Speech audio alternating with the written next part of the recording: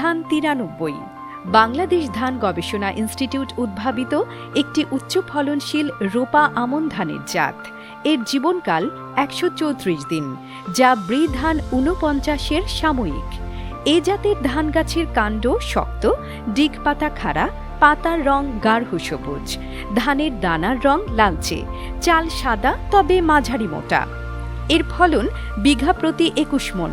এ ধানের চাষাবাদ পদ্ধতি উচ্চ ফলনশীল রোপা আমন ধানের মতো, যা বৃষ্টি নির্ভর চাষাবাদ উপযোগী।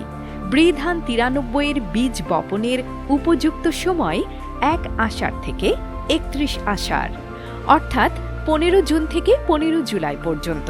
25 থেকে 30 দিন বয়সের চারা 25 সেন্টিমিটার দূরত্বের সারিতে 15 সেন্টিমিটার অন্তর অন্তর রোপণ করতে হবে।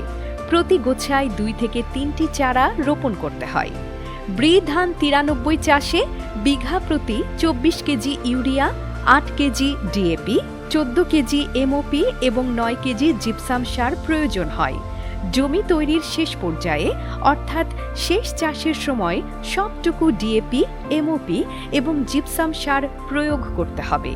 ইউরিয়া সার সমান 3 ভাগে ভাগ করে চারা রোপণের 7 থেকে 10 দিন পর প্রথম কিস্তি, 25 থেকে 30 দিন পর দ্বিতীয় কিস্তি এবং কাইচথোর আসার 5 থেকে 7 দিন আগে তৃতীয় কিস্তিতে ইউরিয়া সার উপরি প্রয়োগ করতে হবে।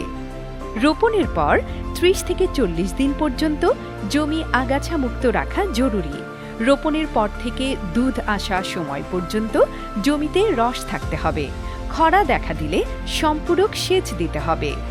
ধান 93-এর রোগ বালাই এবং পোকার আক্রমণ প্রচলিত জাতের চেয়ে কম হয়। আক্রমণ যদি হয়েই যায়, তাহলে সরকার অনুমোদিত বালাইনাশক প্রয়োগ করা দরকার। কার্তিকের 15 তারিখ থেকে অগ্রহায়ণের 15 পর্যন্ত এই ধান কাটা যায়।